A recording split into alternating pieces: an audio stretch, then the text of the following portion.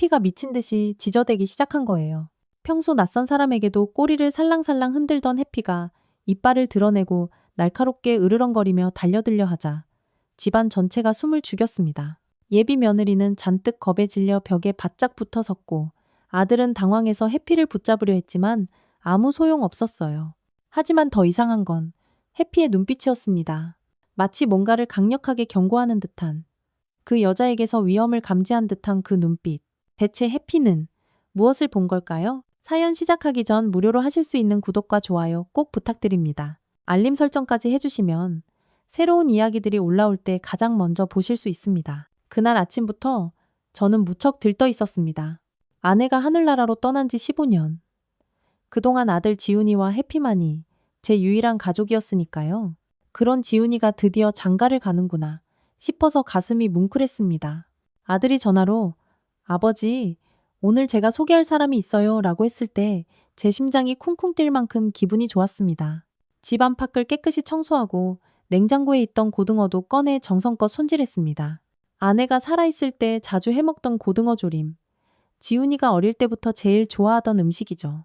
해피도 제 마음을 아는지 꼬리를 살랑거리며 제 주변을 뱅뱅 맴돌았습니다. 해피야, 오늘 우리 아들이 색식감을 데려온대. 너도 얌전히 인사해야 한다? 해피의 귀를 긁어주며 말했습니다. 15년을 함께 살아온 해피는 꼭 사람 말을 알아듣는 것 같았어요. 늘 그렇듯 순한 눈빛으로 꼬리를 흔들며 저를 바라보았죠. 정오가 조금 지났을 때 대문 밖에서 자동차 소리가 들렸습니다. 가슴이 콩닥콩닥 뛰었어요. 창문을 통해 밖을 내다보니 지훈이의 차가 보였습니다. 그리고 조수석에서 내리는 한 여자. 긴 생머리에 단정한 옷차림. 멀리서 봐도 참 고와 보였습니다. 해피야, 왔다. 얌전히 있어. 현관문을 열고 마당으로 나갔습니다. 지훈이가 활짝 웃으며 다가왔어요. 아버지, 잘 지내셨죠? 그럼. 너도 잘 지냈냐? 지훈이의 어깨를 두드리며 그 뒤에 서 있는 여자를 바라봤습니다. 단아하고 고운 인상이었어요. 가슴이 뭉클해졌습니다. 내 아들이 이런 여자를 만났구나. 아버지, 이쪽은 수진이라고 해요. 제가 소개해드리고 싶은 사람이에요. 수진이라는 여자가 공손히 고개를 숙였습니다. 안녕하세요, 아버님. 수진이라고 합니다. 지훈이 오빠한테 많은 이야기 들었어요. 목소리도 참 고왔습니다. 아내가 살아있었다면 얼마나 좋아했을까. 그런 생각에 눈시울이 뜨거워졌어요. 어서 와요, 수진 양. 자, 안으로 들어갑시다. 바로 그 순간이었습니다. 집안에서 쉬고 있던 해피가 현관문 쪽으로 달려오는 발소리가 들렸어요. 평소처럼 꼬리를 흔들며 반갑게 맞이할 거라 생각했는데 해피가 수진 양을 본 순간 갑자기 걸음을 뚝 멈추더니 낮게 으르렁 거리기 시작했습니다. 처음에는 제가 귀를 의심했어요. 15년 동안 해피가 손님에게 으르렁거린 적은 단 한 번도 없었으니까요. 해피야, 이게 무슨 짓이야. 제 말에도 해피는 계속 낮게 으르렁거리며 수진 양을 노려보았습니다. 그리고 점점 그 소리가 커지기 시작했어요. 해피의 등이 뻣뻣하게 굳고 털이 곤두서는 것이 보였습니다. 수진 양은 한 걸음 뒤로 물러섰고 지훈이는 당황한 기색이 역력했습니다. 아버지, 해피가 왜 저러는 거예요? 나도 모르겠다. 해피가 이런 적은 정말 처음이야. 아, 그 말이 채 끝나기도 전에 해피의 으르렁거림이 격렬한 짖음으로 바뀌었습니다. 그리고 수진 양의 손에 들린 가방을 향해 더욱 격렬하게 반응했어요. 해피야, 진정해. 제가 해피의 목줄을 잡으려 했지만 해피는 마치 제 말을 듣지 못하는 것처럼 계속해서 수진 양을 향해 지저댔습니다. 수진 양은 이제 완전히 겁에 질린 표정으로 지훈이 뒤로 숨었어요. 미안해요. 수진 양. 해피가 원래 이런 아이가 아닌데? 괜찮아요, 아버님. 제가 걔를 좀 무서워해서 그런가 봐요. 수진 양이 억지로 미소를 지었지만 그 눈빛에는 분명 공포가 서려 있었습니다. 하지만 제 눈에는 그것만이 아니었어요. 무언가 다른 감정, 순간적으로 스쳐 지나간 당혹감 같은 것이 느껴졌습니다. 지훈이가 해피를 붙잡아 안방으로 데려갔습니다. 해피는 끝까지 저항하며 수진 양을 향해 지저댔어요. 문이 닫히고 나서도 해피의 짖는 소리는 계속되었습니다. 정말 미안해요. 해피는 정말 온순한 아이인데 오늘따라 왜 이러는지. 아니에요, 아버님. 동물들은 가끔 그럴 수 있잖아요. 수진 양이 다시 미소를 지었습니다. 이번에는 좀 더 자연스러워 보였어요. 하지만 여전히 그녀의 손은 미세하게 떨리고 있었습니다. 거실로 안내하며 소파에 앉도록 했습니다. 지훈이가 안방에서 나와 수진 양 옆에 앉았어요. 아버지, 수진이가 요리를 정말 잘해요. 오늘 점심은 수진이가 준비해 온 걸로 드셔보세요. 그래요? 그런데 나도 아침부터 고등어 조림을 준비했는데. 아, 그러셨군요. 제가 준비한 건 저녁에 드시면 되겠네요. 수진 양이 공손하게 말했습니다. 그 모습이 참 착해 보였어요. 하지만 여전히 안방에서 들려오는 해피의 짖는 소리가 신경 쓰였습니다. 점심 식사를 위해 제가 준비한 고등어 조림과 밑반찬을 차렸습니다. 식탁에 앉은 수진 양은 음식을 보고 진심으로 기뻐하는 표정을 지었어요. 와, 고등어 조림이네요. 저도 정말 좋아하는 음식이에요. 그래요? 우리 지훈이도 어릴 때부터 좋아했어요. 식사는 화기애애한 분위기로 시작되었습니다. 수진 양은 음식을 맛있게 먹으며 칭찬을 아끼지 않았고 지훈이는 그런 수진 양을 흐뭇하게 바라보았어요. 하지만 안방에서 계속 들려오는 해피의 짖는 소리가 분위기를 깨뜨렸습니다. 수진 양은 어디서 일하고 있나요? 저는 회계사로 일하고 있어요, 아버님. 지훈이 오빠와 같은 회사 다른 부서에서요. 아, 그랬군요. 어쩐지 똑똑해 보이더라니. 감사합니다. 부모님이 일찍 돌아가셔서 혼자 공부하며 자격증을 땄어요. 수진 양의 말에 마음이 아팠습니다. 어린 나이에 부모를 잃고 얼마나 고생했을까. 그런데 갑자기 해피의 짖음이 더욱 거세졌습니다. 마치 수진 양의 말을 들은 것처럼 더욱 격렬하게 짖어대기 시작했어요. 제가 해피를 좀 달래볼게요. 안방으로 가서 문을 열었습니다. 해피는 문이 열리자마자 뛰쳐나가려고 했지만 제가 재빨리 막았어요. 해피야, 왜 그러니? 수진 양은 우리 지훈이가 좋아하는 사람이야. 네가 이러면 어떡해? 해피의 머리를 쓰다듬으며 달랬지만 해피의 눈빛은 여전히 날카로웠습니다. 그 눈빛은 제가 30년 경찰 생활을 하며 봐왔던 그 특유의 경계심이었어요. 마치 범인을 앞에 둔 경찰견의 눈빛 같았습니다. 다시 거실로 돌아오니 수진 양이 설거지를 하고 있었습니다. 아이고, 손님이 무슨 설거지를 다 해요. 괜찮아요, 아버님. 저는 집안일 하는 걸 좋아해요. 수진 양의 손놀림이 참 능숙했습니다. 오래도록 집안일을 해온 사람처럼 익숙하게 설거지를 하는 모습이 인상적이었어요. 설거지를 마친 수진 양이 가방에서 작은 상자를 꺼냈습니다. 아버님, 작은 선물을 준비했어요. 이게 뭐예요? 홍삼이에요. 지훈이 오빠가 아버님이 가끔 피곤해 하신다고 해서요. 상자를 열어보니 고급 홍삼 세트였습니다. 딱 봐도 비싸 보이는 것이었죠? 아이고, 이런 걸 다. 부담스러워요. 건강이 최고니까요, 아버님. 매일 한 포씩 드시면 좋을 것 같아요. 수진 양의 배려에 마음이 따뜻해졌습니다. 하지만 해피의 짖는 소리가 여전히 신경 쓰였어요. 그리고 수진 양이 가져온 가방. 왠지 그 가방을 해피가 특히 더 경계하는 것 같았습니다. 오후 내내 수진 양은 정말 완벽한 예비 며느리의 모습을 보여주었습니다. 집안 구석구석을 정리해주고 차도 끓여주고 제 이야기에 진심으로 귀 기울이는 모습이 참 좋았어요. 지훈이는 그런 수진 양을 자랑스럽게 바라보며 가끔 제게 눈짓을 했습니다. 어떠세요? 좋은 사람이죠? 하는 눈빛이었죠. 하지만 해피의 짖는 소리는 그치지 않았습니다. 오히려 수진 양이 집안을 돌아다닐수록 더 격렬해졌어요. 특히 수진 양이 제 방 근처에 갈 때면 해피는 미친 듯이 짖어댔습니다. 해가 저물기 시작할 무렵 수진 양이 준비해온 음식으로 저녁 식사를 차렸습니다. 갈비찜, 된장찌개, 각종 나물까지 마치 명절 음식 같았어요. 이렇게나 많이 준비했네요. 고마워요. 잘 먹을게요. 아니에요, 아버님. 제가 요리하는 걸 좋아해서요. 수진 양이 수줍게 웃었습니다. 그런데 식사를 시작하자마자 안방에서 다시 해피의 짖는 소리가 들려왔어요. 아까보다 더 격렬하게 짖어대는 소리에 수진 양이 젓가락을 떨어뜨렸습니다. 죄송해요. 깜짝 놀라서. 지훈이가 짜증스러운 표정으로 안방을 쳐다봤습니다. 아버지, 정말 이러시면 식사도 못하겠네요. 미안하다, 지훈아. 해피가 원래 이러지 않는데. 식사 내내 해피의 짖는 소리가 계속되었습니다. 수진 양은 억지로 웃으며 음식을 권했지만 그 눈빛에는 불안감이 서려 있었어요. 저는 해피의 행동이 계속 신경 쓰였습니다. 30년 경찰 생활에서 얻은 직감이 자꾸 뭔가 이상하다고 말하는 것 같았어요. 식사를 마치고 차를 마시는데 갑자기 안방에서 커다란 쿵 소리가 들렸습니다. 해피가 문에 몸을 던지는 소리였어요. 그 소리에 모두 놀라서 일어섰습니다. 저 미친 개가 정말. 지훈이가 화를 내며 안방으로 향했습니다. 수진 양은 창백한 얼굴로 자리에 앉아 있었고요. 저는 지훈이를 따라 안방으로 갔습니다. 안방 문을 열자 해피가 뛰쳐나오려 했지만 지훈이가 재빨리 막았어요. 아버지, 이건 아니잖아요. 해피가 이러면 정말 위험해요. 해피의 눈빛이 달라져 있었습니다. 광기가 서린 것 같았지만 또 한편으로는 절박함도 보였어요. 마치 뭔가를 알려주려는 듯한 그런 눈빛이었습니다. 지훈아, 해피가 뭔가 이상한 걸 느끼는 것 같아. 아버지, 해피는 그냥 늙은 개라고요. 이성적으로 생각하세요. 지훈이의 말에 가슴이 아팠습니다. 하지만 한편으로는 아들 말이 맞을지도 모른다는 생각도 들었어요. 해피도 이제 나이가 많이 들었으니까 안방에 해피를 다시 가두고 거실로 돌아왔을 때 수진 양이 가방을 정리하고 있었습니다. 그 모습을 보니 왠지 서둘러 떠나려는 것 같았어요. 벌써 가려고요? 네, 아버님. 오늘은 이만 돌아가는 게 좋을 것 같아요.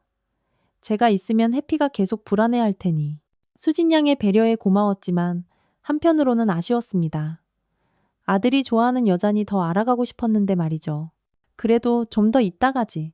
다음에 다시 찾아뵐게요. 아버님. 그때는 제가 더 맛있는 요리도 해드릴게요. 수진 양이 공손하게 인사했습니다. 지훈이는 짐을 들어주며 저를 바라봤어요. 아버지, 해피 문제는 좀 생각해 보셔야 할 것 같아요. 이렇게는 손님을 맞이할 수가 없잖아요. 지훈이의 말에 무거운 한숨이 나왔습니다.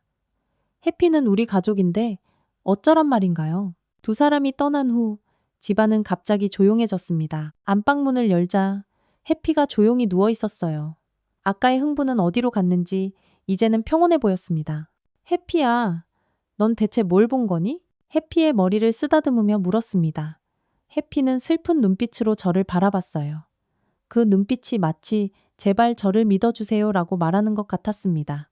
그날 밤 잠자리에 들기 전 수진 양이 가져온 홍삼을 한 포 먹었습니다. 몸이 따뜻해지는 느낌이 들었지만 마음은 여전히 무거웠어요.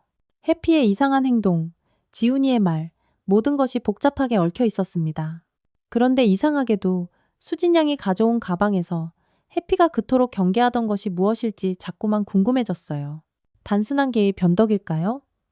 아니면 정말 뭔가 이상한 것을 감지한 걸까요? 30년 경찰로 살아온 제 직감도 계속해서 뭔가 이상하다고 말하고 있었습니다. 다음 날 아침, 잠에서 깨어나자마자 머리가 무겁게 느껴졌습니다. 어젯밤 홍삼을 먹고 잤는데도 몸이 개운하지 않았어요. 해피는 제 발치에 웅크리고 누워 있었습니다. 평소와 달리 밝은 표정으로 저를 반기지 않는 모습이 안타까웠어요. 해피야, 어제 많이 흥분했지? 괜찮아. 아빠가 다 이해해. 해피의 등을 쓰다듬었지만 해피는 여전히 무거운 눈빛으로 저를 바라봤습니다. 마치 저를 이해해주세요 라고 말하는 것 같았어요. 아침을 간단히 먹고 마당에 나가 쓰레기를 정리하고 있는데 전화가 왔습니다. 지훈이었어요. 아버지, 잘 주무셨어요? 어제 해피는 좀 괜찮아졌어요? 너희 가고 나니까 조용해졌어. 걱정 마라. 다행이네요. 그런데 아버지, 수진이가 오늘 다시 가보고 싶대요. 어제 제대로 인사도 못 드리고 와서 마음이 불편하다고. 순간 가슴이 철렁했습니다. 또 온다고? 해피가 또 저러면 어쩌지? 그래도 괜찮겠니? 해피가 또 그러면. 제가 좋은 생각을 했어요. 해피를 마당에 묶어두면 되지 않을까요? 집안에만 안 들어오면 수진이도 안심할 거고요. 지훈이의 말에 마지못해 동의했습니다. 사실 수진 양을 더 알아가고 싶은 마음도 있었거든요. 어제는 해피 때문에 제대로 대화도 못 나눴으니까요. 전화를 끊고 해피를 바라보니 미안한 마음이 들었습니다. 하지만 어쩔 수 없었어요. 해피를 마당에 묶어두기로 했습니다. 점심 무렵 지훈이와 수진 양이 도착했습니다. 이번에는 미리 해피를 튼튼한 목줄로 마당 한쪽에 묶어두었어요. 해피는 수진 양의 차가 들어오는 소리를 듣자마자 긴장한 듯 귀를 쫑긋 세웠습니다. 안녕하세요, 아버님. 어제 갑자기 가게 되어 죄송해요. 수진 양이 공손하게 인사했습니다. 오늘은 어제보다 더 단정한 차림이었고 손에는 과일 바구니를 들고 있었어요. 아이고, 뭘 이런 걸 다. 어서 들어와요. 수진 양이 현관문을 지나는 순간 마당에 있던 해피가 갑자기 격렬하게 짖기 시작했습니다. 어제보다 더 강렬한, 마치 생사가 걸린 것처럼 필사적인 짖음이었어요. 수진 양은 깜짝 놀라 몸을 움츠렸고 지훈이는 짜증 섞인 표정으로 해피를 노려보았습니다. 아버지, 해피를 좀 더 멀리 묶어둘까요? 아니다. 저기 있으면 괜찮을 거야. 들어가자. 집 안으로 들어오면서 수진 양은 마당에 해피를 불안한 눈빛으로 힐끔거렸습니다. 그런데 이상하게도 그 눈빛에는 단순한 두려움만이 아니라 뭔가 경계하는 듯한 감정도 섞여 있는 것 같았어요. 수진 양은 부엌으로 가서 가져온 과일을 정리하기 시작했어요. 그 모습이 참 자연스러웠습니다. 마치 오래전부터 이 집에 살았던 것처럼요. 어제 저녁 식사 정말 맛있었어요. 솜씨가 대단하네요. 감사합니다. 아버님, 오늘은 제가 점심도 준비해 왔어요.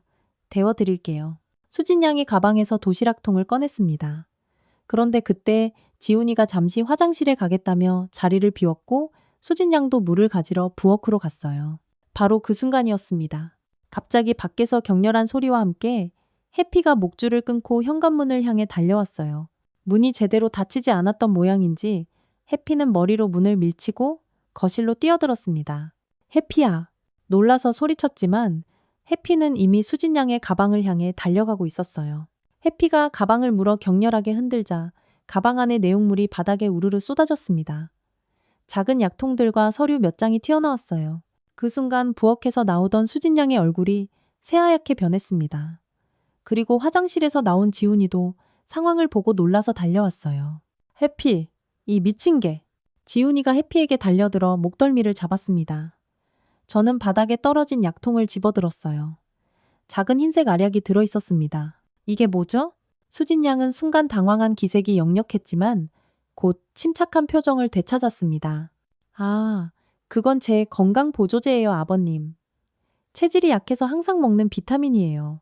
웃으며 설명했지만 그 웃음이 어딘지 경직되어 보였어요. 눈빛이 불안하게 흔들렸고 손은 미세하게 떨리고 있었습니다. 그런데 왜 이렇게 많이 가지고 다녀요? 아, 하루에 여러 번 먹어야 해서요. 그리고 종류도 다양하게 먹거든요.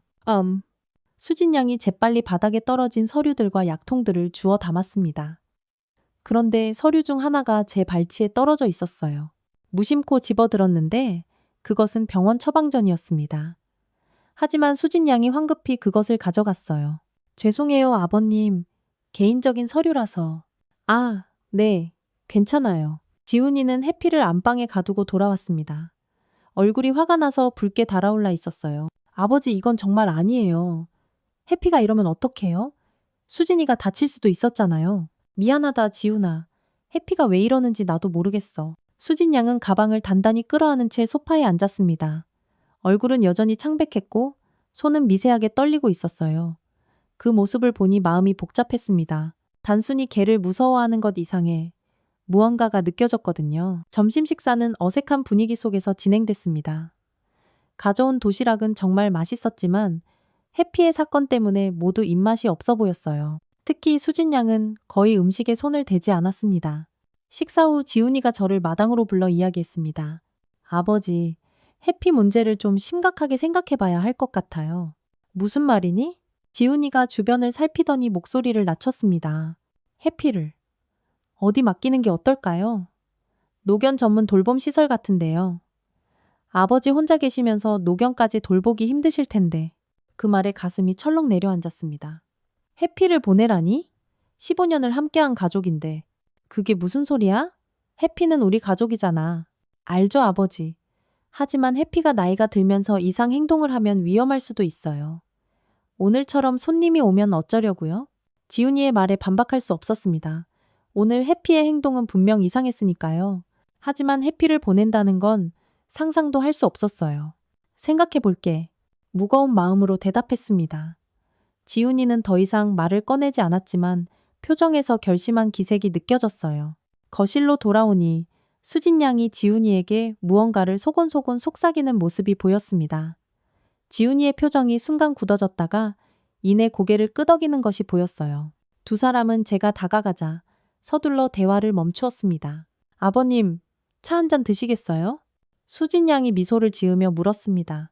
그 미소가 평소와 다르게 느껴졌어요. 뭔가 계산된 듯한 느낌이었습니다. 그럴까요? 고마워요. 내색하지 않으려 얼른 대답했어요. 수진 양이 차를 준비하는 동안 지훈이가 다시 제게 다가왔습니다. 아버지, 사실 수진이랑 저 관계가 많이 진지해졌어요. 그래? 그렇게 빨리? 네, 서로 마음이 맞아서요. 그래서 해피 문제도 빨리 해결했으면 해요. 수진이가 앞으로 자주 올 텐데 이렇게 계속 지저대면 지훈이의 말에 마음이 무거워졌습니다. 왜 갑자기 이렇게 서두르는 걸까? 지훈이와 수진 양이 만난 지 얼마나 됐다고. 수진 양이 차를 가지고 왔습니다. 그런데 이상하게도 차를 건네는 수진 양의 손이 미세하게 떨리고 있었어요. 그리고 제가 차를 받아 마시는 것을 지켜보는 그녀의 눈빛에 이상한 기대감 같은 것이 스쳐 지나가는 것을 놓치지 않았습니다. 차를 마시는 동안 수진 양은 계속해서 지훈이와 눈빛을 교환했습니다. 그리고 지훈이의 태도가 미묘하게 변하는 것을 느꼈어요. 더 단호해지고 해피에 대해 더 강경한 입장을 취하는 것 같았습니다.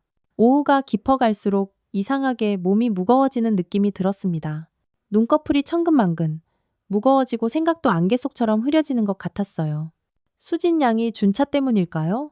아버님, 괜찮으세요? 얼굴이 좀 안 좋아 보이시는데. 수진 양이 걱정스러운 표정으로 물었지만 그 눈빛 깊은 곳에는 다른 감정이 숨어 있는 것 같았습니다.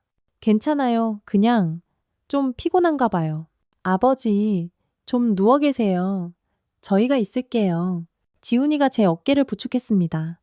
방으로 들어가 눕는 동안에도 머릿속은 복잡했어요. 해피의 이상한 행동, 수진 양의 약통들, 그리고 지훈이의 갑작스러운 태도 변화, 모든 것이 수상했습니다. 방에 누워 천장을 바라보며 생각했습니다. 30년 경찰 생활에서 얻은 직감이 위험을 경고하고 있었어요. 해피는 분명 뭔가를 알고 있는 것 같았습니다. 그리고 수진 양, 그녀는 정말 지훈이가 말한 그런 사람일까요? 문득 3년 전쯤 동네에 도둑이 자주 들어 설치해둔 작은 CCTV 카메라가 생각났습니다. 거실 구석에 있는 작은 인형 속에 숨겨져 있었죠.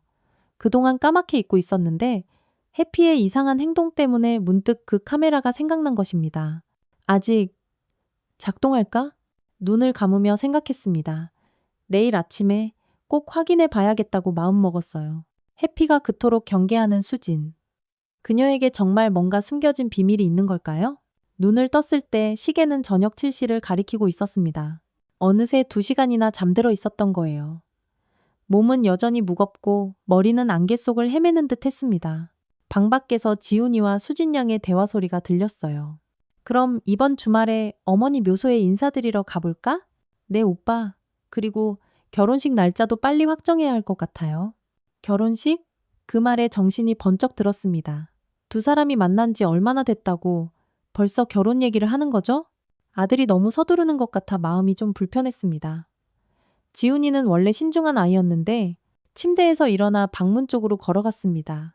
아버지가 건강이 안 좋으신 것 같아요. 빨리 결정하는 게 좋을 것 같아. 수진 양의 목소리가 작게 들렸습니다. 제 건강을 걱정하는 말이었지만 왠지 모를 불편함이 느껴졌어요. 방문을 열고 거실로 나가자 두 사람은 대화를 멈추었습니다. 아버지, 일어나셨어요? 좀 괜찮으세요? 지훈이가 걱정스러운 표정으로 물었습니다. 수진 양은 미소를 지으며 다가왔어요. 아버님, 차 한 잔 더 드릴까요? 몸이 많이 안 좋아 보이세요? 아니요, 괜찮아요. 그냥 좀 피곤했나 봐요. 소파에 앉으며 두 사람을 바라봤습니다. 지훈이는 어쩐지 불안한 기색이 역력했고 수진 양은 평소보다 더 친절하게 제게 다가왔어요. 아버지, 제가 아까 말씀드리려던 게 있었는데 지훈이가 입을 열었습니다. 그 표정이 심각해 보였어요. 수진이랑 저 하루라도 빨리 나를 잡았으면 합니다. 뭐라고? 그렇게 빨리? 제 목소리에 놀람이 묻어났습니다. 지훈이는 수진 양의 손을 꼭 잡으며 말을 이었어요. 네, 서로 마음이 맞아서요. 그리고 아버지 건강도 안 좋으신 것 같은데 빨리 결혼해서 아버지 곁에서 모시고 싶어요. 수진 양도 공손하게 고개를 숙였습니다. 아버님, 제가 잘 모시겠습니다. 걱정 마세요. 아, 두 사람의 갑작스러운 결혼 소식에 당황스러웠지만 한편으로는 아들이 행복해 보여 기쁜 마음도 드는 것이 마음이 복잡해졌습니다. 그런데 왜 이렇게 서두르는 걸까요? 그리고 제 건강이 왜 갑자기 화제가 된 거죠? 전 아직 몸이 불편할 만큼 건강이 이상하다고 느낀 적도 없는데 말이죠. 그런데 해피는 어떻게 하고 싶은 게냐? 제 질문에 지훈이의 표정이 순간 굳어졌습니다. 아버지, 제가 알아본 노견 보호 시설이 있어요. 내일 해피를 데려가 볼까 해요. 내일이라고? 그렇게 갑자기? 네.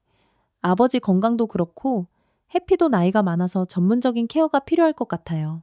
지훈이의 말투에는 이미 결정된 일이라는 뉘앙스가 담겨 있었습니다. 수진 양은 옆에서 조용히 고개를 끄덕이며 지훈이를 지지하는 듯 했어요. 잠시 생각할 시간이 필요해. 제 말에 지훈이는 더 이상 고집을 부리지 않았습니다. 저녁을 먹고 두 사람은 돌아갔습니다. 수진 양은 가기 전에 홍삼을 한 포 더 제게 권했어요. 아버님, 오늘 저녁에도 꼭 드세요. 건강에 정말 좋을 거예요. 그녀의 친절함이 왠지 모르게 불안하게 느껴졌습니다. 집안에 혼자 남자 해피를 안방에서 꺼냈어요. 해피는 평소와 달리 제게 바싹 붙어 다녔습니다. 해피야, 너는 뭘 알고 있는 거니? 해피의 눈을 들여다보았습니다. 그 눈에는 불안과 경계심이 가득했어요. 갑자기 수진 양이 두고 간 홍삼이 생각났습니다. 주방으로 가서 어제와 오늘 받은 홍삼 2개를 꺼냈어요. 해피에게 한 포를 보여주자 해피가 갑자기 으르렁거리기 시작했습니다. 그 반응에 깜짝 놀랐어요. 해피는 마치 독사라도 본 듯 홍삼 포장을 향해 이빨을 드러냈습니다. 이게 뭐지? 홍삼 포장을 뜯어 내용물을 살펴봤습니다. 겉보기에는 평범한 홍삼액이었어요. 하지만 해피의 반응이 너무 강렬했습니다. 경찰 시절의 직감이 뭔가 이상하다고 말하고 있었어요. 해피야, 지훈이가 너를 내일 데려간다는구나. 하지만 그 전에 우리가 뭔가를 알아내야 할 것 같아.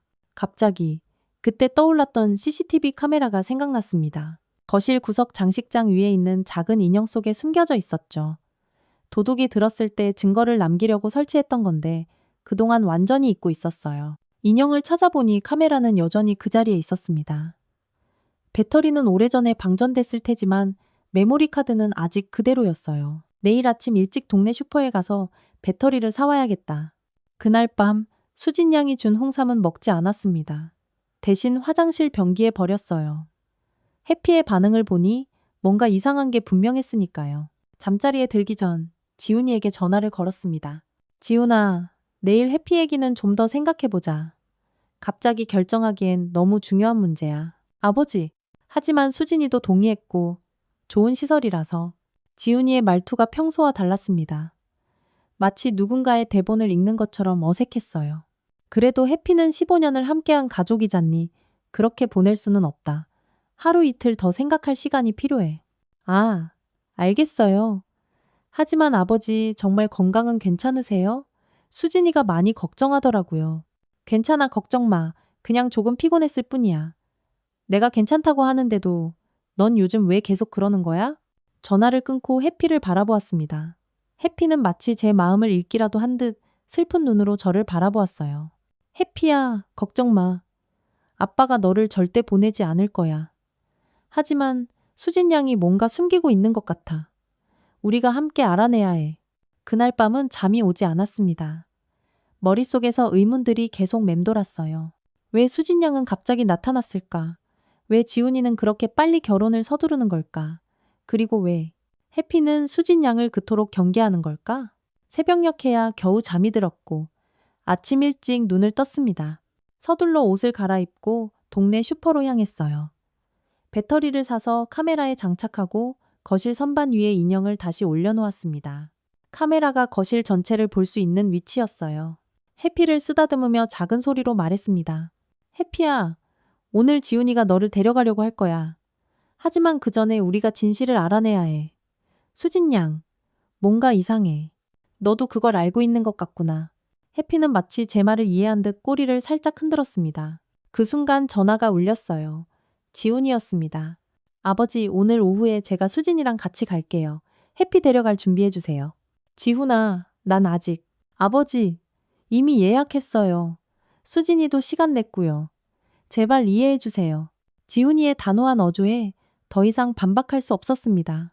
시간이 얼마 남지 않았어요. 오후까지 뭔가 증거를 찾아야 했습니다. 전화를 끊고 수진 양이 준 홍삼을 자세히 살펴보았습니다. 겉보기에는 정상적인 홍삼 제품이었지만 포장을 뜯어 내용물의 냄새를 맡아보았어요. 미세하게 다른 향이 섞여 있는 것 같았습니다. 해피는 그 냄새에 다시 격렬하게 반응했어요. 이건 분명 단순한 홍삼이 아니야. 시간은 점점 흘러갔고 지훈이와 수진 양이 오기 전에 진실을 밝혀내야 한다는 절박함이 밀려왔습니다. 해피와 함께 보낼 마지막 시간일지도 모른다는 생각에 가슴이 아팠어요. 오전 내내 초조한 마음으로 시간을 보냈습니다. CCTV 카메라가 제대로 작동하는지 여러 번 확인했어요. 다행히 배터리는 충분했고 카메라 각도도 거실 전체를 볼 수 있게 조정해 놓았습니다. 이제 남은 건 지훈이와 수진 양이 오기를 기다리는 일뿐이었어요.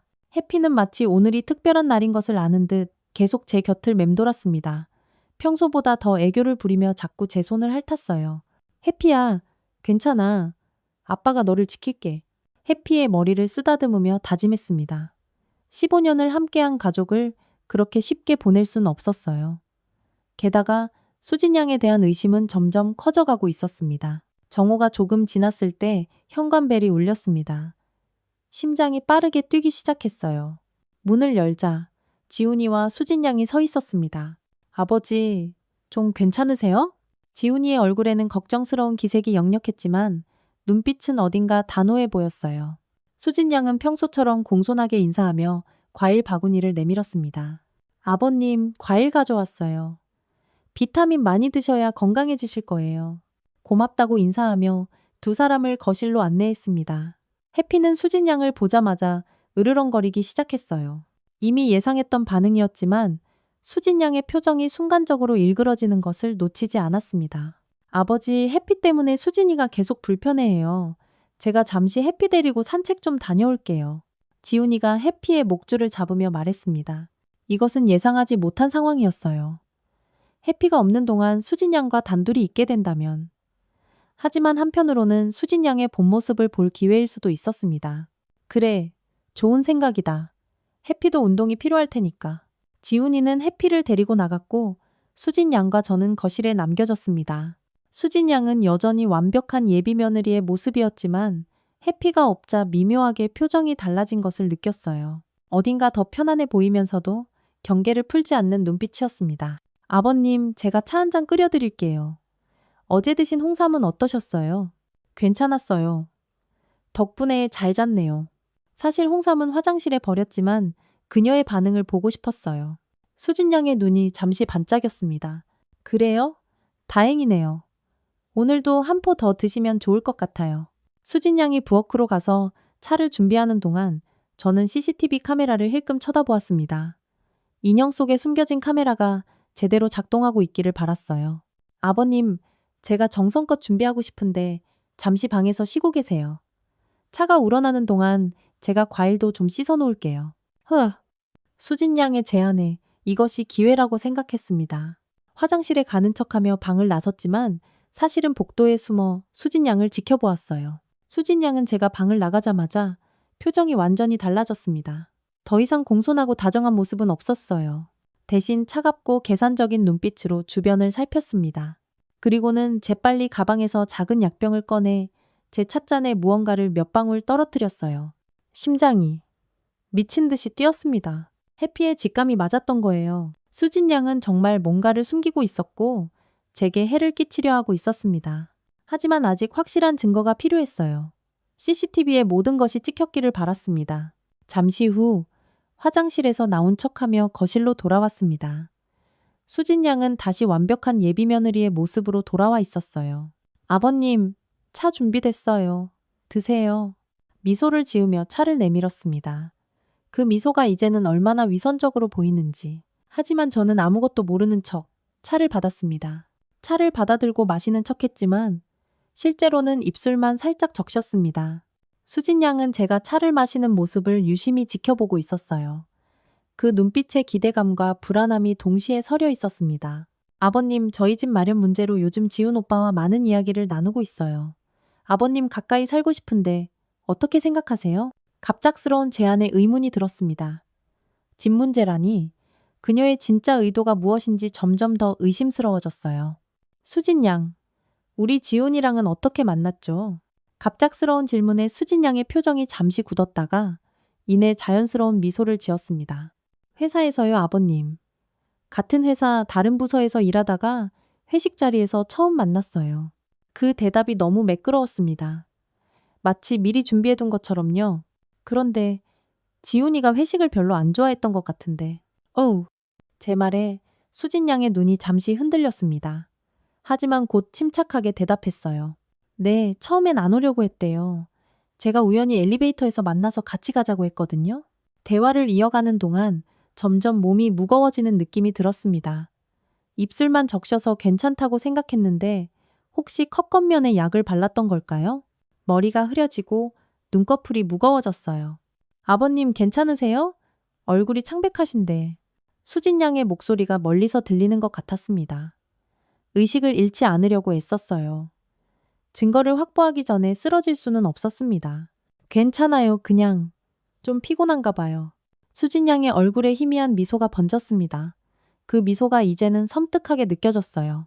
좀 누워 계세요, 아버님. 제가 도와드릴게요. 수진 양이 제 팔을 잡으려 할 때 현관문이 열리는 소리가 들렸습니다. 지훈이와 해피가 돌아온 거예요. 해피는 거실로 들어오자마자 수진 양을 향해 격렬하게 짖기 시작했습니다. 해피야, 진정해.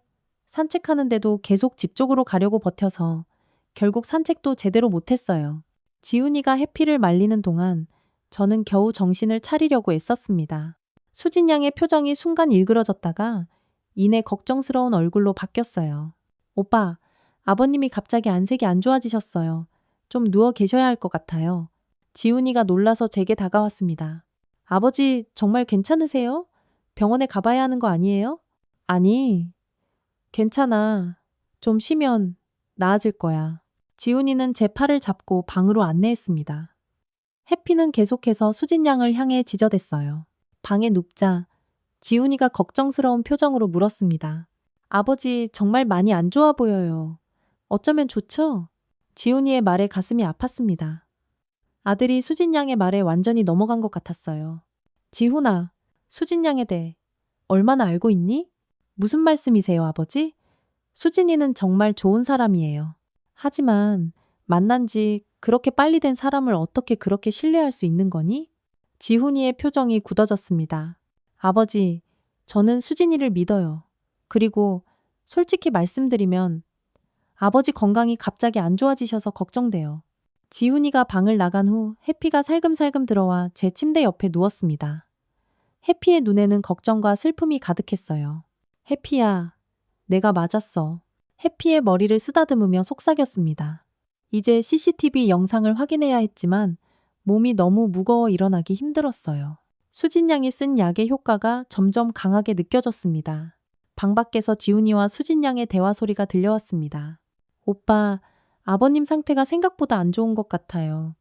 내일 병원에 모시는 게 좋겠어요. 그래, 내 말이 맞아. 내일 아침 일찍 병원에 가보자. 아우. 아버지를 병원에. 수진 양의 계획이 무엇인지 점점 명확해졌습니다. 집을 비우게 하려는 건지 아니면 다른 의도가 있는 건지. 하지만 증거를 확보하기 전에 의식이 점점 흐려지는 것을 느꼈어요. 해피가 제 손을 핥으며 저를 깨우려 했지만 눈꺼풀이 점점 무거워졌습니다. 내일 아침에 CCTV를 확인해야 해. 새벽녘에 눈을 떴습니다. 머리가 아직도 무겁게 느껴졌지만 의식은 어제보다 맑아졌어요. 해피가 제 발치에서 경계하듯 누워 있었습니다. 조용히 일어나 거실로 향했어요. 지훈이와 수진 양은 이미 돌아갔고 집안은 고요했습니다. CCTV 카메라가 있는 인형을 조심스럽게 들었습니다. 손이 떨렸어요. 이 작은 기계 안에 진실이 담겨 있을 거라는 생각에 가슴이 두근거렸습니다. 메모리 카드를 꺼내 노트북에 연결했어요. 영상이 재생되기 시작했습니다. 처음에는 지훈이와 수진 양이 들어오는 장면, 그리고 지훈이가 해피를 데리고 나가는 장면까지 평범했어요. 하지만 그 다음 화면 속에서 수진 양은 제가 자리를 비운 틈을 타 가방에서 작은 약병을 꺼냈습니다. 그리고 망설임 없이 제 찻잔에 몇 방울을 떨어뜨렸어요. 그 모습이 너무나 익숙해 보였습니다. 마치 수없이 해온 일처럼요.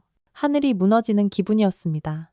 해피의 직감은 맞았고 어제 본 그 장면은 다행히도 CCTV에 정확히 다 찍혔었습니다. 왜? 무엇을 위해? 머릿속에 의문이 가득했어요. 영상을 계속 재생했습니다.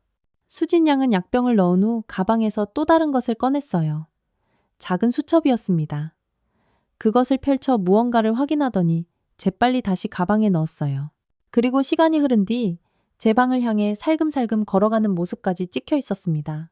심장이 빠르게 뛰었어요. 제가 자고 있을 때 방에 들어왔다는 건가요? 무엇을 했을까요? 불안감이 온몸을 휘감았습니다. 해피가 제 옆에 와서 앉았어요. 그 충직한 눈빛을 보니 마음이 아팠습니다. 해피는 처음부터 알고 있었던 거예요. 수진 양의 정체를, 그녀의 위험한 의도를. 해피야, 아빠가 맞았어. 고마워. 해피의 머리를 쓰다듬으며 속삭였습니다. 이제 무엇을 해야 할지 생각해야 했어요. 지훈이에게 바로 말해야 할까? 하지만 아들은 이미 수진 양에게 깊이 빠져 있었습니다. 제 말을 믿어줄까요? 경찰에 신고해야 할까? 하지만 증거가 충분할까요? 약물을 분석해봐야 정확히 알 수 있을 텐데 문득 옛 동료가 생각났습니다. 30년 경찰 생활에서 만난 최고의 형사 중 하나였던 철수 형사. 아직도 현직에 있을 거예요. 그에게 도움을 청해야겠다고 생각했습니다. 전화기를 들고 오랫동안 통화하지 않았던 번호를 눌렀습니다. 몇 번의 신호음 후 익숙한 목소리가 들렸어요. 여보세요. 박철수입니다. 철수야. 나 민준이야. 김민준. 기억나나? 형님. 물론이죠. 오랜만이네요. 잘 지내셨어요? 그의 반가운 목소리에 안도감이 밀려왔습니다. 미안하지만 급한 일이 있어 도움이 필요해. 간략하게 상황을 설명했습니다. 수진 양의 갑작스러운 등장, 해피의 이상한 반응, 그리고 CCTV에 찍힌 영상까지. 철수는 진지하게 들었어요. 형님, 그 여자 이름이 뭐라고 하셨죠? 수진이요? 수진이라고 그랬어. 성은. 잠깐만, 성은 뭐라고 했더라? 갑자기 깨달았습니다. 수진 양의 성을 모른다는 사실을. 지훈이가 소개할 때 그냥 수진이라고만 했던 것 같아요. 이상하게도 제가 물어보지 않았고 수진 양도 자신의 성을 말하지 않았습니다. 형님, 사진이라도 있으세요? 어제 몰래 찍은 사진이 있어. 휴대폰으로 찍은 수진 양의 사진을 철수에게 보냈습니다. 잠시 후 철수의 목소리가 심각해졌어요. 형님, 이 여자 제가 한번 알아볼게요. 하지만 당장은 조심하셔야 해요. 특히 음식이나 약은 절대 드시면 안 됩니다. 알았어. 고마워, 철수야. 통화를 마치고 나니 더 불안해졌습니다. 철수의 반응을 보니 수진 양에 대해 뭔가 알고 있는 것 같았어요. 하지만 지금은 기다려야 했습니다. 그때 현관문 벨이 울렸습니다. 시계를 보니 아직 아침 7시가 채 되지 않았어요. 누구지? 조심스럽게 문으로 다가가 밖을 내다봤습니다. 지훈이었어요. 문을 열자 지훈이가 걱정스러운 표정으로 들어왔습니다. 아버지, 괜찮으세요? 어젯밤에 너무 걱정돼서 일찍 왔어요. 그래, 괜찮아. 좀 쉬니까 나아졌어. 지훈이의 얼굴에 안도의 표정이 스쳤습니다. 하지만 곧 심각한 표정으로 바뀌었어요. 아버지, 오늘 해피를 데려갈 거예요. 이미 시설과 약속했거든요. 그 말에 가슴이 철렁 내려앉았습니다. 아직 지훈이에게 진실을 말할 준비가 되지 않았어요. 증거가 더 필요했습니다. 지훈아, 하루만 더 생각할 시간을 줄 수 없을까? 아버지, 이미 모든 준비가 끝났어요. 해피는 그곳에서 전문적인 케어를 받을 수 있고 아버지도 더 이상 힘드실 필요가 없어요. 지훈이의 눈빛이 달라져 있었습니다. 예전에 따뜻하고 배려심 많던 아들이 아니었어요. 마치 수진 양의 말만 듣는 로봇처럼 느껴졌습니다. 그래도 해피는 우리 가족이잖아. 15년을 함께 했는데. 지훈이의 표정이 굳어졌습니다. 아버지, 제발 이해해 주세요. 수진이도 아버지를 위해 좋은 곳을 알아본 거예요. 수진이 그녀의 이름을 들을 때마다 불안감이 커졌습니다. 하지만 지금은 시간을 벌어야 했어요. 알았다. 하지만 오후까지만 시간을 줘. 해피와 마지막으로 시간을 보내고 싶어. 지훈이는 마지못해 동의했습니다. 그리고 전화를 받더니 잠시 자리를 비웠어요. 저는 그 틈을 타 철수에게 문자를 보냈습니다. 지훈이가 오늘 해피를 데려가려고 해. 서둘러줘. 지훈이가 돌아와 커피를 마시며 이야기를 나눴습니다. 대화 중에 수진 얘기가 나왔어요. 수진이가 아버지 건강이 많이 안 좋아 보인대요. 병원에 한번 가보는 게 어떨까요? 아니야, 괜찮아. 그냥 나이 들면 다 그런 거지. 그때 지훈이의 전화가 울렸습니다. 수진 양이었어요. 지훈이가 전화를 받고 이야기를 나누는 동안 그의 표정이 점점 심각해졌습니다. 알겠어. 그럼 지금 바로 갈게. 전화를 끄는 지훈이가 서둘러 일어났습니다. 아버지, 수진이가 갑자기 아파서 제가 가봐야 할 것 같아요. 해피 거는 오후에 다시 올게요. 지훈이가 떠난 후 깊은 한숨이 나왔습니다. 시간을 벌 수 있게 되었어요. 하지만 철수의 연락을 기다리는 동안 무엇을 해야 할까요? 해피를 데리고 마당으로 나갔습니다. 아침 햇살이 따스했어요. 해피는 평소보다 더 제 곁에 바짝 붙어 있었습니다. 마치 자신의 운명을 알고 있는 것처럼요. 해피야, 걱정 마. 아빠가 널 지킬게. 우리가 수진 양의 정체를 밝혀낼 거야. 그때 전화벨이 울렸습니다. 철수였어요. 급하게 전화를 받았습니다. 형님, 큰일 났습니다. 그 여자 정체를 알아냈어요. 철수의 목소리가 심각했습니다.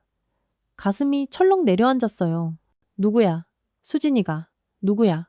본명은 박미영입니다. 3년 전부터 노인을 상대로 사기를 쳐온 전문 사기꾼이에요. 약물을 사용해서 노인들을 서서히 중독시키고 재산을 노리는 수법이었죠. 순간 온몸에 소름이 돋았습니다. 해피가 처음부터 알아봤던 거예요. 위험한 사람이라는 것을. 철수야. 그럼 어떻게 해야 하지? 형님, 절대 그 여자가 주는 건 드시면 안 됩니다. 저희가 지금 바로 그쪽으로 가겠습니다. 증거물도 잘 보관해 두세요. 통화를 마치고 집 안으로 들어왔습니다. 머릿속이 복잡했어요. 지훈이는 어떻게 그런 여자에게 속아 넘어갔을까요? 그리고 내 아들을 어떻게 구해야 할까요? 철수가 먼저 보내준 자료를 살펴봤습니다. 그리고 보는 내내 손이 떨렸습니다. 노트북 화면에 펼쳐진 기사들과 사진들은 충격적이었습니다. 노인 대상 연쇄 사기범 박미영, 수배중, 약물 투여로 노인 3명 중퇴, 재산 노린 악마의 간병인. 그리고 그 사진 속 여자는 분명 수진 양이었습니다. 수진이가 아니라 박미영. 가슴이 무너져 내렸습니다. 내 아들이 이런 여자에게 속아 넘어갔다니. 철수가 보내준 메시지를 다시 읽었습니다. 형님, 박미영은 주로 자식이 있는 부유한 노인들을 타깃으로 삼았습니다. 자식의 신뢰를 얻어 결혼까지 약속한 후 부모를 천천히 약물에 중독시켜 재산을 노리는 수법이었습니다. 이미 3명의 노인이 그로 인해 생명의 위협을 맞았고 2명은 병원에서 극적으로 살아났습니다. 해피가 제 발치에 앉아 걱정스러운 눈빛으로 저를 바라보았습니다. 그 충직한 눈에 눈물이 핑 돌았어요.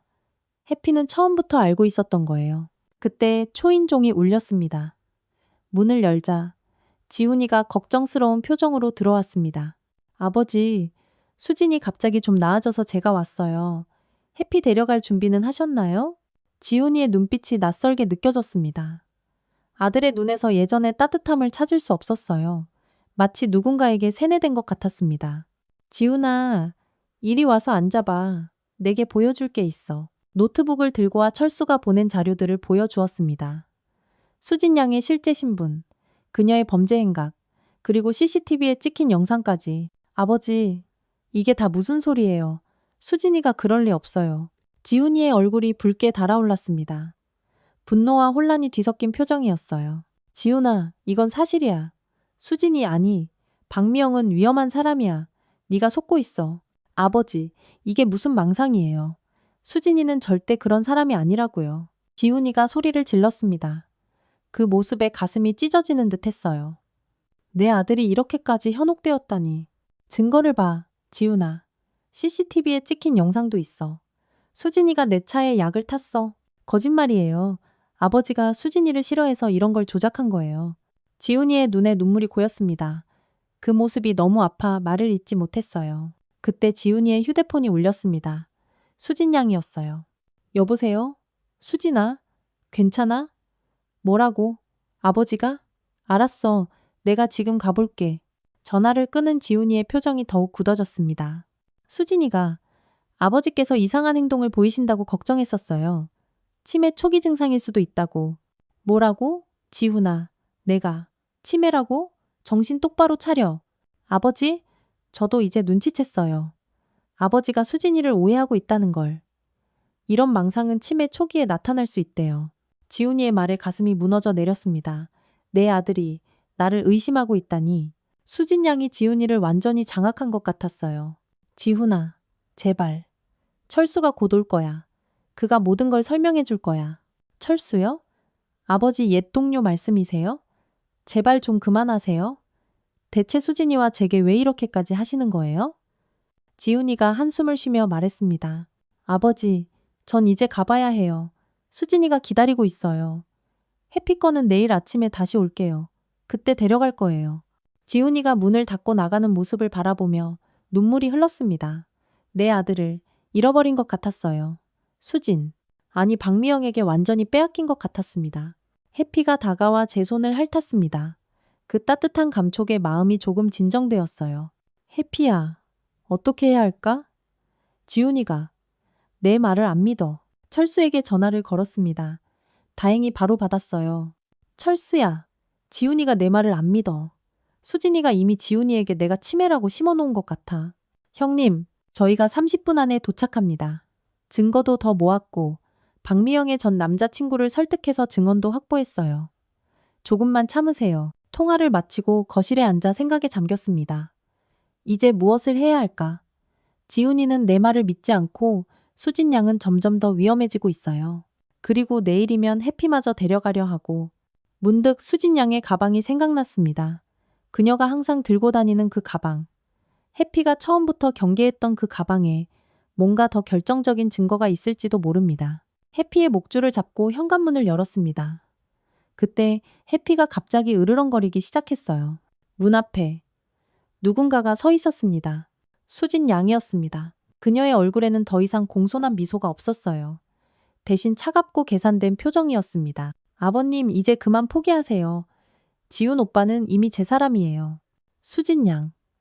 아니, 박미영의 차가운 목소리에 등줄기로 식은땀이 흘렀습니다.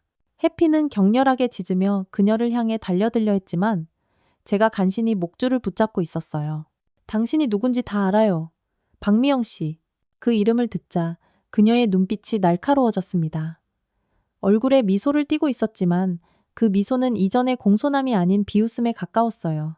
역시 전직 경찰은 다르네요. 하지만 늦었어요, 아버님. 이미 몸 안에 제 약이 충분히 퍼졌을 텐데요. 그 말에 가슴이 철렁 내려앉았습니다. 분명 조심하고 있다고 생각했었는데 혹시 다른 방법으로도 약을 먹였던 걸까요? 지훈이는 절대 당신 말을 믿지 않을 거야. 그래요? 하지만 지훈 오빠는 이미 아버님이 치매라고 믿고 있어요. 제가 몇 달 동안 준비해온 일이니까요. 몇 달이라고? 그럼 지훈이를 만난 것도 물론이죠. 우연이 아니에요. 아버님 같은 분을 찾고 있었거든요. 재산도 좀 있고 아들은 멍청하고 보호자 역할을 할 사람은 없고 그녀의 말에 분노가 치밀어 올랐습니다. 이 여자는 처음부터 계획적으로 지훈이에게 접근했던 거예요. 그리고 저를 노렸던 거죠. 경찰이 곧 올 거야. 이미 당신의 정체에 대해 다 알고 있어. 그 말에 박미영의 표정이 잠시 흔들렸습니다. 하지만 이내 냉정을 되찾았어요. 그래요? 그럼 더 서둘러야겠네요. 들어가도 될까요, 아버님? 그녀가 한 발짝 다가오자 해피가 더 격렬하게 짖었습니다. 그 순간 무언가 따끔한 느낌이 들었고 전 필사적으로 중심을 잡으려 애썼습니다. 하지만 갑자기 제 다리에 힘이 쭉 빠지는 느낌이 들었어요. 어지러움이 몰려왔고 시야가 흐려지기 시작했습니다. 왜? 이러지?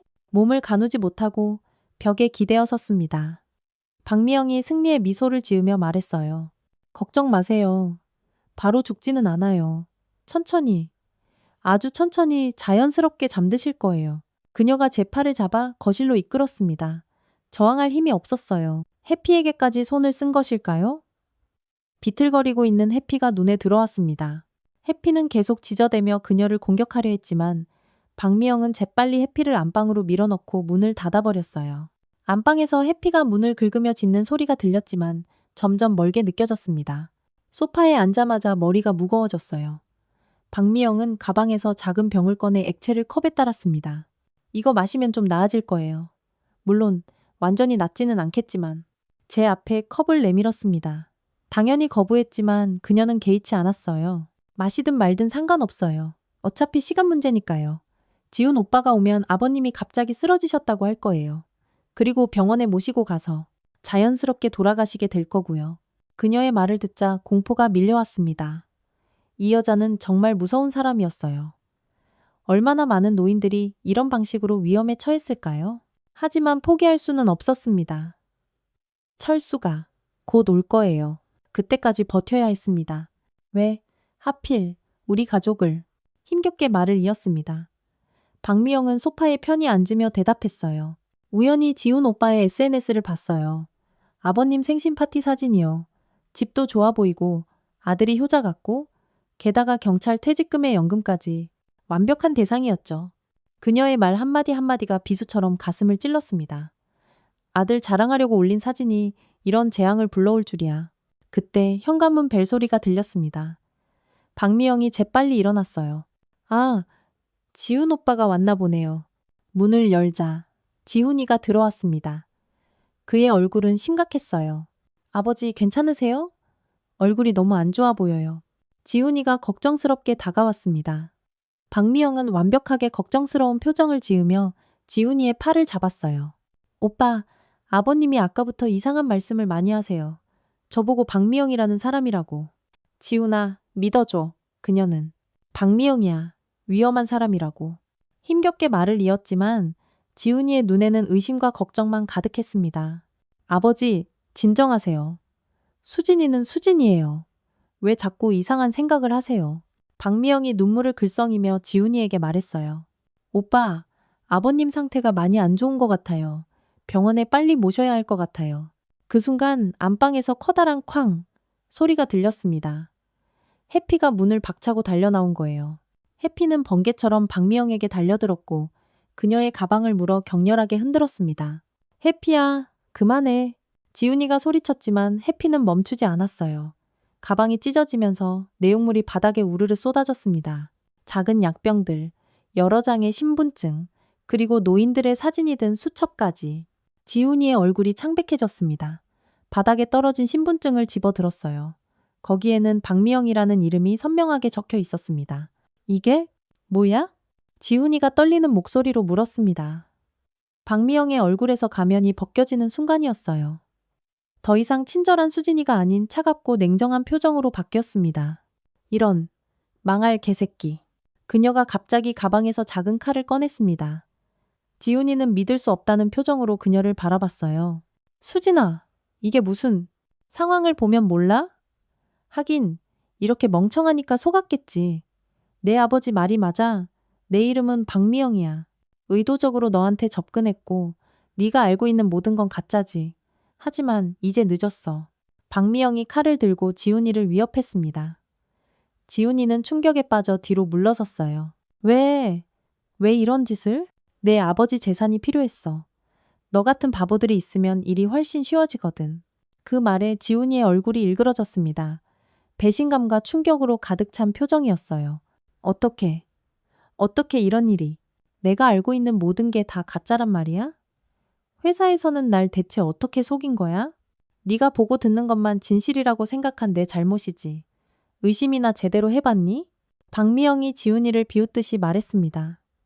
저는 마지막 힘을 다해 소파에서 일어났습니다. 지훈아, 조심해. 그러나 다리에 힘이 풀려 바닥으로 쓰러졌습니다. 해피가 재빨리 제 곁으로 와 얼굴을 핥았어요. 그 순간 박미영이 칼을 들고 저를 향해 달려들었습니다. 이제 끝내버릴 거야. 지훈이가 재빨리 그녀의 팔을 붙잡았습니다. 두 사람이 실랑이를 벌이는 사이 해피가 박미영의 다리를 물었어요. 악! 그녀가 비명을 지르며 칼을 떨어뜨렸습니다. 그때 현관문이 요란하게 열리며 철수와 경찰들이 들이닥쳤습니다. 경찰이다. 모두 움직이지 마. 철수가 박미영을 향해 총을 겨누었습니다. 다른 경찰들이 재빨리 그녀를 제압했어요. 지훈이는 충격에 빠진 채 그 광경을 멍하니 바라보고 있었습니다. 형님, 괜찮으세요? 철수가 제게 달려왔습니다. 의식이 점점 흐려지고 있었어요.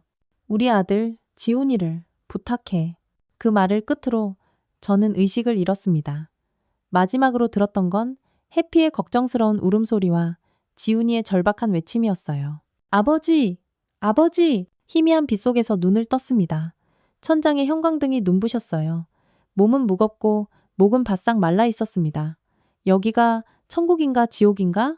그런 생각이 들었어요. 아버지, 정신이 드세요? 지훈이의 목소리에 고개를 돌렸습니다. 아들의 얼굴은 피곤함과 걱정으로 가득했어요. 눈가에 눈물 자국이 선명했습니다. 지훈아. 목소리가 갈라졌습니다. 지훈이가 재빨리 물을 가져와 제 입술에 댔어요. 천천히 드세요, 아버지. 의사 선생님이 조금씩 드시라고 하셨어요. 물을 조금 마시자 정신이 조금 돌아왔습니다. 병실이었어요. 창밖으로 석양이 보였습니다. 하루가 지났나 봅니다. 해피는 어디 있니? 그 말에 지훈이의 눈에 눈물이 고였습니다. 순간 가슴이 철렁 내려앉았어요. 설마, 해피는 집에 있어요, 아버지. 철수 아저씨가 돌봐주고 계세요. 걱정 마세요. 안도의 한숨이 나왔습니다. 해피가 무사하다니. 그런데 기억 속에서 박미영의 모습이 떠올랐어요. 그녀가 칼을 들고 달려드는 장면이 수진, 아니, 박미영은? 지훈이의 얼굴이 굳어졌습니다. 깊은 상처와 배신감이 그의 눈에 서려 있었어요. 체포됐어요, 아버지. 철수 아저씨와 경찰들이 데려갔어요. 이번엔 절대 빠져나오지 못할 거래요. 그 말을 듣자 안도감이 밀려왔습니다. 악몽 같은 일이 끝났다는 사실에 눈물이 났어요. 지훈이가 제 손을 꼭 잡았습니다. 아버지, 정말 죄송해요. 제가 아버지 말을 믿지 않고 아들의 목소리가 흐려졌습니다. 그의 어깨가 흔들렸어요. 저는 힘겹게 손을 들어 지훈이의 머리를 쓰다듬었습니다. 괜찮아, 아들아. 그 여자가 너무 교묘했던 거야. 아니에요. 아버지와 해피를 의심했어요. 15년을 함께한 해피를, 아버지를. 지훈이가 참았던 눈물을 터뜨렸습니다. 어린 시절 무릎을 다쳤을 때처럼 서럽게 울었어요. 그 모습을 보니 마음이 아팠습니다. 아들이 얼마나 자책하고 있는지 느껴졌어요. 의사가 들어와 제 상태를 확인했습니다. 다행히 박미영이 사용한 약물의 양이 치명적인 수준까지는 아니었다고 해요. 장기간 소량씩 노출되어 몸이 약해진 상태였지만 적절한 치료로 회복될 수 있다고 했습니다. 김민준 선생님, 정말 운이 좋으셨어요. 조금만 더 늦었다면 심각한 손상이 있었을 거예요. 의사의 말에 지훈이가 다시 한번 죄책감에 떨었습니다. 저는 아들의 손을 꼭 잡아주었어요. 의사가 나간 후 철수가 병실로 들어왔습니다. 오랜 동료의 얼굴을 보니 반가웠어요. 형님, 정신이 드셨군요. 정말 다행입니다. 철수야, 고마워. 네가 아니었으면. 말을 잇지 못했습니다. 철수가 고개를 저었어요. 아니에요, 형님. 정작 형님을 구한 건 해피였습니다. 그 충직한 녀석이 없었다면. 해피. 그래, 해피가 처음부터 알고 있었지. 철수가 고개를 끄덕였습니다. 개들은 사람보다 예민해서 약물 냄새를 맡았을 거예요. 그래서 그렇게 박미영을 경계했던 거죠. 철수가 박미영의 범죄 행각에 대해 자세히 설명해 주었습니다. 그녀는 이미 3명의 노인의 재산을 가로챘고 2명은 다행히 살아남았다고 해요. 모두 비슷한 수법이었습니다. 자식에게 접근해 신뢰를 얻은 후 노인에게 천천히 약물을 투여하는 그녀의 가방에서 나온 증거들로 이번엔 확실히 감옥에 갈 거라고 했습니다. 절대 빠져나오기 힘들 것이라는 말까지도요. 철수의 말을 들으며 등줄기가 오싹했어요. 해피가 없었다면 저도 그녀의 희생자가 되었을 겁니다. 사흘 후 상태가 호전되어 퇴원할 수 있게 되었습니다. 지훈이가 휠체어를 밀며 병원을 나섰어요. 병원 앞에는 철수와 몇몇 옛 동료들이 마중 나와 있었습니다. 집으로 가는 차 안에서 지훈이가 조용히 말했어요. 아버지, 제가 해피를 보내려고 했던 것 정말 미안해요. 괜찮아, 아들아. 넌 그저 속은 거야. 아니에요, 아버지. 제가 너무 쉽게 넘어갔어요. 수진. 아니, 박미영이 아버지와 해피를 이간질하는 걸 알아차렸어야 했는데 어떻게 그 지경이 되도록 아무것도 몰랐을까요? 의심조차 하지 않고. 지훈이의 목소리에 깊은 후회가 묻어 있었습니다. 저는 아들의 어깨를 토닥였어요. 이제 다 지나간 일이야. 우리 가족이 무사하니 그걸로 충분해. 집에 도착하자 현관문 앞에서 해피가 기다리고 있었습니다. 저를 보자마자 꼬리를 흔들며 달려왔어요. 휠체어에서 일어나 해피를 꼭 안았습니다. 눈물이 왈칵 쏟아졌어요. 해피야, 고마워. 네가 우리 가족을 구했어. 해피는 마치 이해한 듯 제 얼굴을 핥았습니다. 그 따뜻한 감촉에 마음이 녹아내렸어요. 집 안으로 들어가 소파에 앉았습니다. 지훈이가 따뜻한 차를 내왔어요. 이제는 아무것도 의심하지 않고 마실 수 있다는 사실이 새삼 감사하게 느껴졌습니다. 아버지, 제가 이제부터 자주 올게요. 회사도 당분간 휴직 신청했어요. 그럴 필요 없어, 지훈아. 난 괜찮아. 아니에요, 아버지. 제가 옆에 있고 싶어요. 그동안 너무 소홀했던 것 같아서. 지훈이의 눈에 진심이 담겨 있었습니다. 아들이 자신의 실수를 깨닫고 성장하는 모습을 보니 뿌듯했어요. 몇 주가 지나고 저는 완전히 건강을 되찾았습니다. 박미영은 재판을 받고 중형을 선고받았다고 해요. 이제 다시는 무고한 사람들을 해치지 못할 겁니다. 어느 따뜻한 봄날 저와 지훈이 해피는 산책을 나갔습니다. 공원 벤치에 앉아 해피가 뛰어노는 모습을 바라보며 지훈이가 말했어요. 아버지, 정말 해피는 천사 같은 존재인 것 같아요. 어떻게 그렇게 처음부터 알아챘을까요? 동물들은 우리가 모르는 것을 느끼는 법이지 인간보다 순수한 직감이 있으니까. 해피가 공원의 꽃들 사이를 뛰어다니는 모습이 참 행복해 보였습니다. 15년 동안 함께했지만 이제야 해피의 진정한 가치를 알게 된 것 같았어요. 지훈이가 해피를 불러 간식을 주었습니다. 예전과 달리 이제는 해피에게 특별한 애정을 보여주는 아들의 모습이 고마웠어요. 아버지, 저희 가족이 무사한 게 정말 다행이에요. 그래, 아들아, 우리는 참 운이 좋았어. 하지만 운이 아니라 해피 덕분이죠. 그리고 아버지의 경찰 직감 덕분에요. 웃음이 나왔습니다. 30년 경찰 생활이 헛되지 않았다는 생각이 들었어요. 석양이 물들기 시작할 때 우리는 집으로 돌아왔습니다. 저녁 식사를 함께 준비하며 오랜만에 가족의 따뜻함을 느꼈어요. 해피는 부엌 한 구석에서 우리를 지켜보고 있었습니다. 그날 밤 잠자리에 들기 전 해피를 불러 침대 옆에 앉혔습니다. 그동안 하지 못했던 말을 전하고 싶었어요. 해피야, 네가 우리 가족을 구했구나. 네가 아니었다면 우리는 모든 걸 잃어버렸을 거야. 그 충직한 눈을 바라보며 생각했어요. 때로는 말없이 곁을 지키는 존재가 가장 큰 사랑을 보여주는 법이라고. 세월이 흘러도 변하지 않는 충성심. 그것이 해피가 우리에게 가르쳐준 가장 소중한 교훈이었습니다. 사람들은 말로 사랑한다고 하지만 진정한 사랑은 해피처럼 위기의 순간에 자신을 내던지는 용기에 있는 것인지도 모릅니다. 이제 우리 가족은 더 이상 외롭지 않습니다. 서로를 더 깊이 이해하고 더 단단하게 지켜주는 법을 배웠으니까요. 그리고 그 중심에는 항상 해피가 있을 것입니다. 창밖으로 보이는 별들이 유난히 밝게 빛나는 밤이었습니다. 마치 하늘에서도 우리 가족의 재회를 축복해주는 것 같았어요. 세상에는 말로 표현할 수 없는 진실한 사랑이 있습니다. 그것은 때로 사람이 아닌 우리 곁의 작은 존재에게서 더 크게 빛나기도 합니다.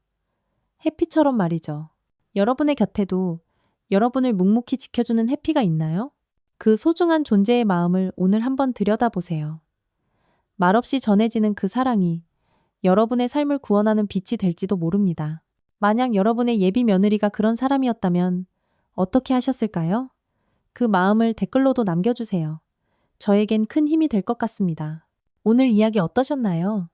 마음에 닿으셨다면 구독과 좋아요 부탁드립니다. 이 아름다운 이야기가 널리 알려질 수 있도록 공유해 주시면 더 큰 행운이 찾아오실 거예요.